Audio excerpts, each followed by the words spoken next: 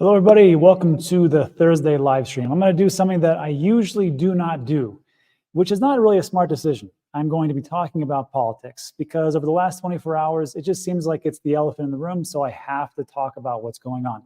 And before we talk about this issue, let me just be crystal clear. This channel isn't financial advice, and it's definitely not voting advice. I'm just telling you what is going on. It is up to you to do your own research as to what candidate you would like to vote for. And there's three of them, essentially. You've got Biden, you got Trump, and you got RFK Jr.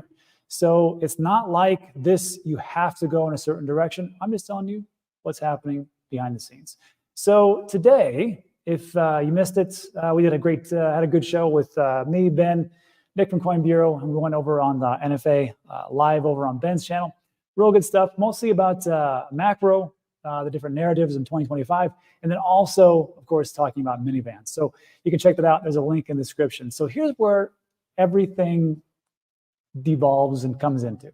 So this was a post from yesterday. This is over the last 24 hours. And this is from Bitcoin Magazine, legislation that would overturn the SEC rule. This is Resolution 109. It would overturn SEC rule preventing highly regulated financial firms from custodying Bitcoin and crypto passes the House. Now, if you're not from America, just know that just because it passes the House of Representatives as a bill, which is actually kind of rare, it has to go into the Senate. And the Senate actually has to approve it. If the Senate approves it, it goes to the President of the United States. The President can say, okay, we're going to go through this, or he's going to veto it. And this, of course, would allow institutions and banks to custody Bitcoin and digital assets, which is what they were asking for when this Bitcoin ETF came about. And they're like, look, we need this because places like Coinbase and other places, we would like to custody these digital assets. Allow us to do that. So they repealed it. And then there was a statement that came out. This is from the executive office of the President of the United States. And he says, look, the administration strongly opposes passage of HA Resolution 109, which would disrupt the SEC's work. I mean, that's kind of a stretch to say work, to protect investors in crypto asset markets and to safeguard the broader financial systems. To safeguard the broader financial systems, I can understand where they're going here as far as like banks, but to protect us, I don't know how much protection we possibly need. I feel pretty good so far.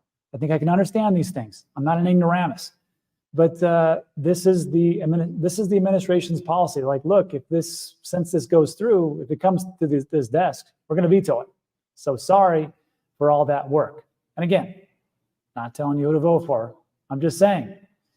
And this is really what it comes down to. This is why I put Charles, that beautiful picture, Charles with his head blowing up, essentially. And what he said in his recent video, which I linked in the description. You can check that out. I want you to be able to hear this. And it's about 10, 20 minutes long, but we're just going to go over the 16 seconds. So this is the crux of what he pretty much said. And I got to agree with him. So just take a listen and we'll go from there. I don't really care who you vote for, whether it be RFK or Trump or somebody else. I don't really care who you vote for, whether it be RFK or Trump or somebody else. But do understand, a vote for Biden is a vote against cryptocurrencies. A vote for Biden is a vote against the American cryptocurrency industry. That's it. That's all he said. I mean, he went into why that is, and he went into about, again, I don't care who you vote for. Me personally, I live in Puerto Rico, so I can't vote for president anyhow. I'm just telling you, this is what is happening.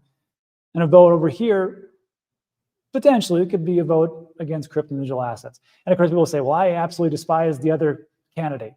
You got two other ones you want to pick from, right? If you want to go for RFK Jr., he seems to be pretty pro-crypto, and there's some different policies that may entice you. And then, of course, the other side of Trump, people absolutely, either they love him or they hate him. I'm just telling you, this is what is going on. And then to dig deeper into this, but people say, well, Rob, what, Trump has come out, he came out 3 years ago and said that Bitcoin was essentially a scam and didn't like it and everything else. First of all, that was 3 years ago. As a reminder, Michael Saylor in 2013, Michael Saylor, the biggest Bitcoin bull out there, said essentially that it was Bitcoin's time to expire and go away. He was not a fan of Bitcoin. How long did it take him? It took him quite a bit of time, actually. until 2020, essentially, to get on board. And now, of course, he is the biggest Bitcoin bull. So don't say that, oh, because somebody thought this one thing before, that's what they're thinking right now. And then the other argument would be, well, he's just a politician, he's a liar. Well, no kidding. They're all liars. I don't know like what else to say. They're all liars. So I mean, that's just really what it comes down to. But I mean, he did at least pivot and say like, look, well, let me see, have you listen to this. Thank you for the statement. Yeah, with the goggles on. A lot of the smartest people in crypto are moving their businesses out of the U.S. because they're scared of like the U.S.'s regulations. Because of the hostility. Correct. Yeah, crypto is moving out of the U.S. because of hostility toward crypto. Correct. So what are you going to do to stop it? Well, we'll stop it because I don't want that. I don't want that. I want that. If we're going to embrace it, we have to let them be here. Yes, sir. Okay, so that's what he says right there. Is he going to do it? Who knows? He wants the vote, so why wouldn't he do it? I'm just saying, it makes a lot of sense. And then this is another piece. This is from my man Dan Gambardello. And this is another angle for what he actually talked about. Here you go. They are against it. The Biden doesn't even know what it is. If you ask Biden, sir, are you for or against crypto? What's that? What the?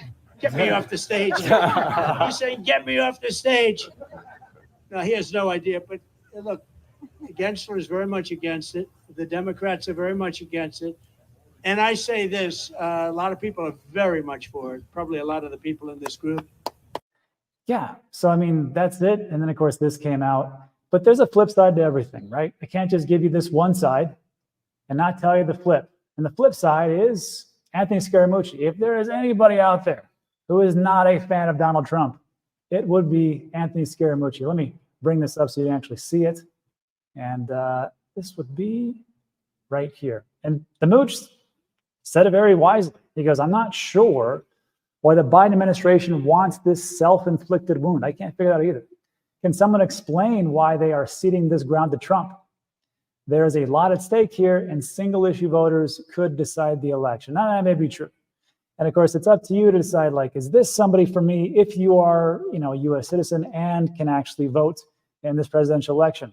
People say, well, what about January 6th? And what about the NATO congregation? What about what's going on? And what about the increase in taxes on the other side?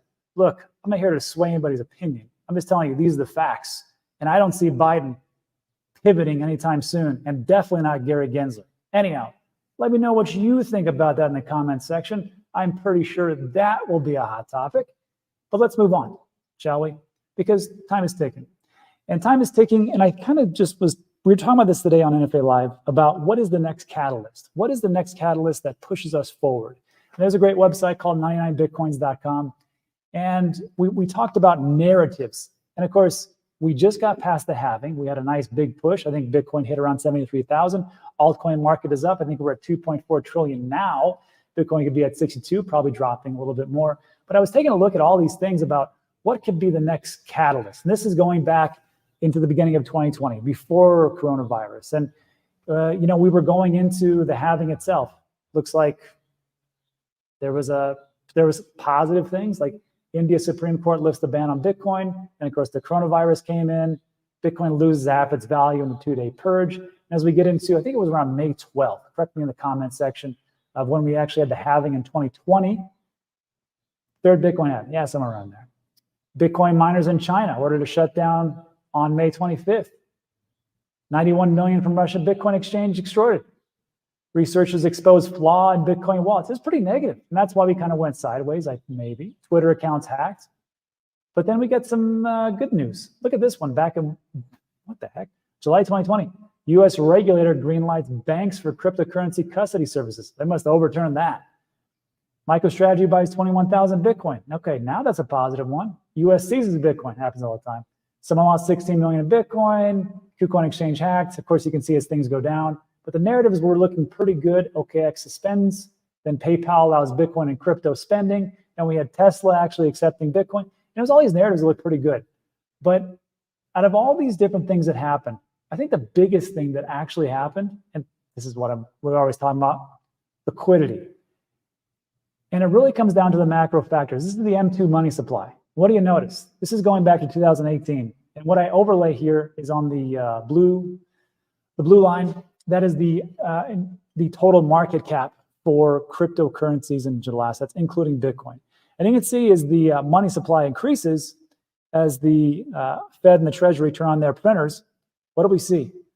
We see, well, first of all, back in 2020, quite a bit of a drop. And what happened?